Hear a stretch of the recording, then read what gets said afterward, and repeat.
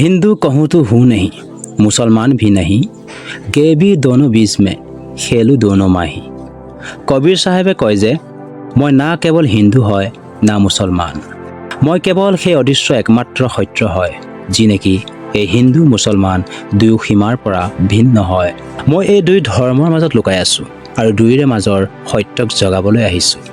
মই কোনো ধৰ্মৰ পক্ষ নলওঁ, মাথো সেই ধৰ্মৰ কথা কওঁ যি নেকি মানৱ দেহত বিৰাজমান পৰমাত্মাক জানিবলৈ কলা শিকায়। কবিৰে মন্দিৰ মছজিদৰ বাহিৰৰ সীমাৰ পৰা আৰু অধিক আগলৈ আগুৱাই যোৱাৰ সন্দেশ দিয়ে।